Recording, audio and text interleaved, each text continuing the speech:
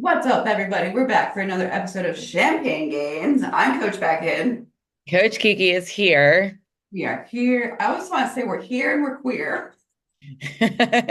We're not, We're not queer. but we're here. Yes, this is true. Okay, question of the week. What is the weirdest thing or most perturbing thing that's ever happened to you in the gym? Oh, um, lots of things probably. Off the top of my head, like recently, I was doing the abduction machine, so literally spreading my legs open, and of course, some guy wants to come over and talk to me while I'm doing the exercise. Are And you it's like, serious? I'm like, sir, can you see that I'm literally trying to work out? Like, don't interrupt me during any of my exercise, but especially this one. Right? That one sucks. That and the Smith machine reverse hypers, like your crotch is just out to the world. And I know my shorts are like up my crotch and anyone can see anything. And I'm always worried, like, what if there's a hole in my, what if today there's a hole in my shorts today? That would be the end of my life. But yeah, that and the hamstring curl machine, the line one. Yeah. Makes you want to wrap a sweatshirt around your waist, but also ain't nobody got time for that. No, I think my most well, the grandpa at the YMCA in Iowa was pretty bad. He was very annoying. Um, but I think the most perturbing thing was when this guy pretended that he was coming up to talk to me because his friends were too shy, and then that wasn't the actual story, and he came up and admitted that later, and then was like, "Well, let me get your Snapchat." I'm like, "Okay, first of all, you're way too young for me if you're asking for my Snapchat. Bye." Like, don't be weird. of But course. this question stemmed from my experience at the gym today. I walked past this, I don't know if they were a couple, it was a guy and a girl. But she was like reaching up for me, like hey, trying to get my attention. And she's like, "You're so hot. I just had to tell you." And I was like, "Oh my gosh, thank you. So are you?" Like, I don't know what to say to that. I was like, "So are you?" I'm like, "What?" Maybe Like, they wanted like a threesome, well, Beckon. that's like the first I know. And then I heard her say to the guy, "I couldn't resist." That's weird. That's weird. I don't know how to respond to that. Like, even if it's a girl, Yeah. Like, I would never I would never say that. I wouldn't be like, "Oh my God, you're so hot." I'd be like, "Oh, you're pretty." Like, or I would probably wouldn't say anything to be completely honest. Or I'd like comment on like her leggings or something, or "Oh, right? I like your sneakers" or It made something. me feel good though. Oh, yeah. I because it kind of felt like I had my hair pulled back like Draco Malfoy, basically. Yes, I'm still But hot. I was walking behind this other girl and I was like, "Oh, she's hot." And then this woman told me I was hot. I was like, "Oh, I must be the hotter one." Hell yeah. Yeah, you are. So yeah, that was my gym experience today. Good one. That's a great Um, question. Yes. So this week, exciting news? Yes. Um, I have decided I'm not going to try to compete this year because Beckham just needs a mental break.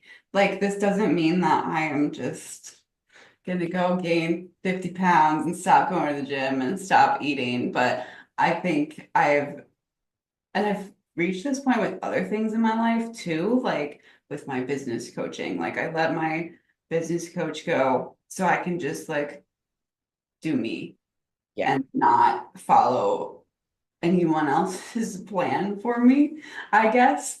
Mhm. So I am just going to focus on eating intuitively because I haven't gotten the chance to do that. Before we started working together, uh, I didn't even, that was not an option, basically. Yeah. So I am going to eat intuitively and train. Obviously, it's still hard. I've noticed that already. It's like, oh, I'm still like worried about my glutes like all the time, building my glutes. But just focusing on eating intuitively and kind of using myself as a little science experiment with food and stuff. So we'll see how that goes. But that does not mean I'm not ever going to compete again. That is Yeah. still It's not like you're like hanging your heels up or anything. unretired. I will still go purchase my IFBB Pro card for this year. Hopefully, I didn't miss that. But yeah, this year, just focusing on other things like business and life and being Beckyn, not the bodybuilder for a hot minute. And then I'm also like wondering if I'll do this for like 3 months and be like, okay, I want to compete now. Well, and that's the thing. Like you don't have, it's not like a this or that type of Right. thing. You're still going to be going into the gym with a intention of wanting to continue to build your body. I mean, this is kind of what we talked about. Like you can still be a, bodybuilder without stepping on stage and wanting to compete. You don't have to have that, set deadline of stepping on stage to want to continue, building your glutes or building your shoulders or whatever part of your body that you want to grow in. Like you don't have to step on stage and show it off. Like it's not, and just because you're not going to step on stage does not make you any less of like a bodybuilder. Yeah. So, and I think it's smart. I think a lot of people, especially as pros, it's like a um like pressure of, oh, you have to compete, oh, you have to compete. When if it doesn't align with you right now, like that's totally okay. You can take a year off and come back if you want to. People do that all the time, especially, if they're, starting a family, have a family and then they come back when they're ready. Um, and I think that's great for you. I know, so side note, everyone, Beckon sent this really long text message to me explaining and how she felt so bad and that I was going to be mad at her because obviously I coach her, but it's like, yo, it's totally okay. It's nothing that like I'm not going to be mad at you because you're not going to compete. Do I want you to compete? Absolutely, because I love going through that process with you, but it's not going to affect our relationship and it's not going to, if it doesn't serve you right now, then like it's almost like you would be like gritting through Oh, the that's what that's what I realized. Like that was the like come to Jesus moment because I had spent so long. You do feel that pressure, to like, especially when they post something like, "Who's going to be the rookie of the year?" Like out of these overall champions, I'm like, "Fuck." Okay, now I'm like, okay, I gotta compete again. And I spent so long trying to convince myself, like, you want to do this. You totally want to do this. Like, just keep pushing yourself and it's gonna click. It's like someday. But then I'm realizing like, no, it's getting really close to when I would need to start a prep, or at least in my head it was. Like I wasn't even looking into that. Like I was avoiding that. So I just realized, okay, you hate this right now. You're hating, like, force feeding yourself. You're hating the gym, and it's not going to get better once you start a prep. Like, it's not just going to click. So I was like, all right, pull back, pump the brakes a little bit. Um, and I just, like, yeah, like you said, gritting through it, not yeah. actually wanting to do it for me. And I think that's with that pressure, the pressure wasn't coming from you. The pressure, like, it's like me putting imaginary pressure on myself, telling myself a story like, oh, all these people expect me to come back. Like, no one is expecting that. Yeah. We try to we put these things in our brain and like convince ourselves that like X, Y, or Z or like with me when I switched from the other team to Paul, and then immediately switched like less than a year after to Ben, like I was trying to I was convincing myself that people were thinking of me in a lower light because, oh, she's just a coach hopper. And that's not the case. And no one, maybe one person, two people thought about it, but like it doesn't matter because like this is your life and your journey, just Yeah, because you need to pump the brakes, that's totally fine. And when you are ready, you know that you will be ready. And that's why it's important to have like your why to why you compete. Because that's going to, string you along, through like get you excited for prep and go through those hard days. Because if you were not had a super strong why of why you were competing this year, and then we had to get down to the nitty gritty of prep of doing, X amount of cardio, some days with really little food, having to say no to certain things, like it makes saying no really, really hard yeah. instead of my like my why right now, like my why is very strong and it's like I'm okay with saying no to certain things because I know what I want out of this competition season. And it's going to be different for everybody, you Yeah. know. Yeah, doing things that you don't want to do is just going to cause so much resentment. And then you're going to be negative, and that negativity. I was listening to this podcast about how if you're in an environment with a negative person, it brings the total like the whole environment down.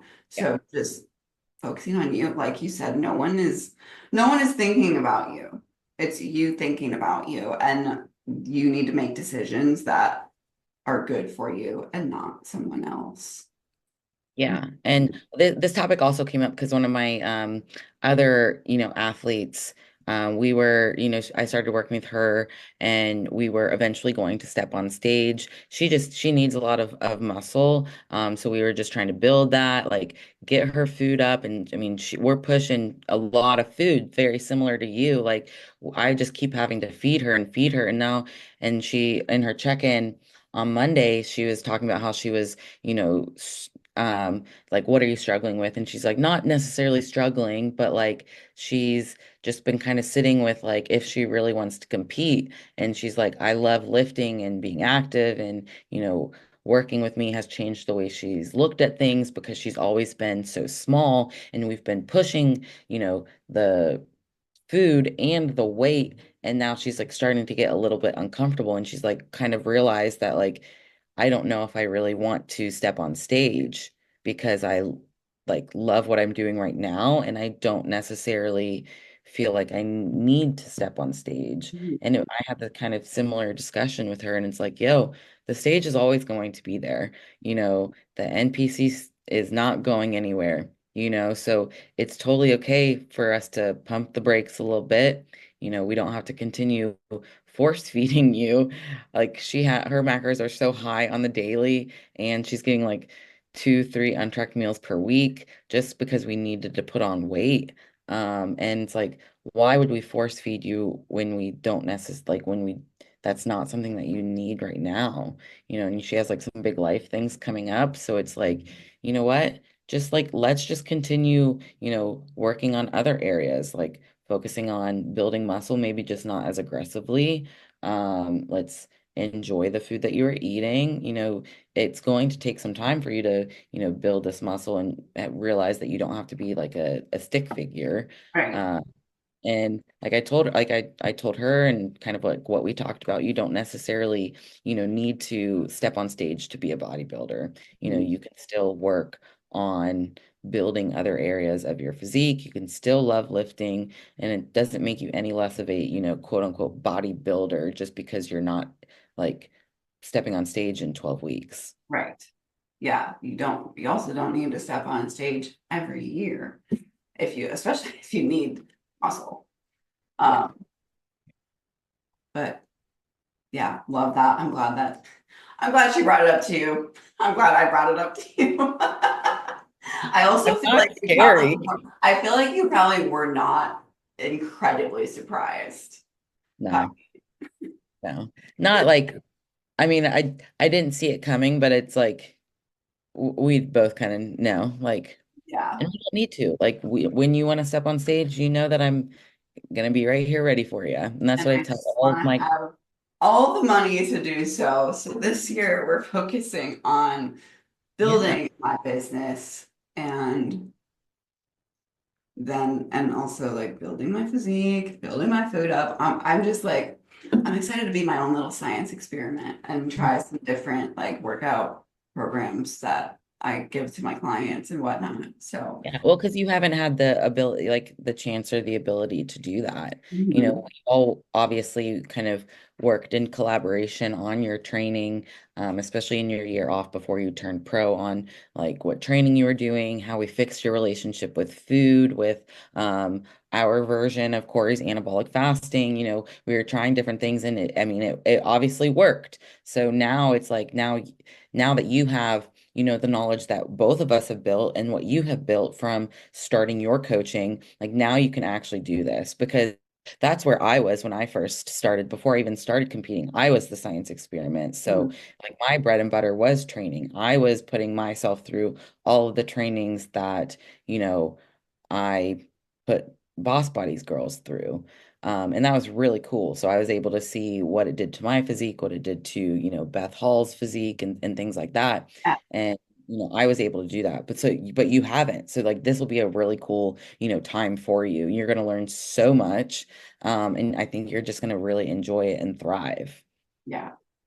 Yeah, I'm excited. And like I also said to Kiki, like I want to be all in. And I wasn't doing all of the little things that make a really good IFBB pro. Yeah. So Yeah. I'm just being realistic. Be real with yourself and be honest and don't do things that you don't want to do for the wrong reasons. And I think it shows a lot of respect for the Federation too. You like obviously I am a NPC IFBB like first and foremost. So I would want to represent the IFBB well as a pro, and you'd want to do the same. So it's like, why would you half-ass it to like, oh yeah, I'm an IFBB pro, and then like turn out to be like a half shitty pro, Like Yeah. you want to have you want to be able to like be a full representation of Mhm. being a IFBB bikini pro because what you did to get there. So now that you are, and once you step on stage, you will be. And whether that's next year, the year after, whatever it may be. When I'm a master's competitor, as was always the joke. Oh yeah. No, I don't think it will be that. I think like hopefully when I'm 35, I'll be married and have kids and then I'll like actually retire, but this is my time Yeah. in the next couple years.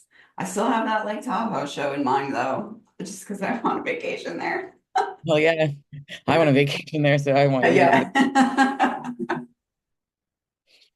Anything else to add? I have nothing, I don't think. No, I think it's a good idea. Just everyone remember that. Yeah. Remember these things. You don't have to, be step on stage to be bodybuilding. Yes. Do things you're excited about.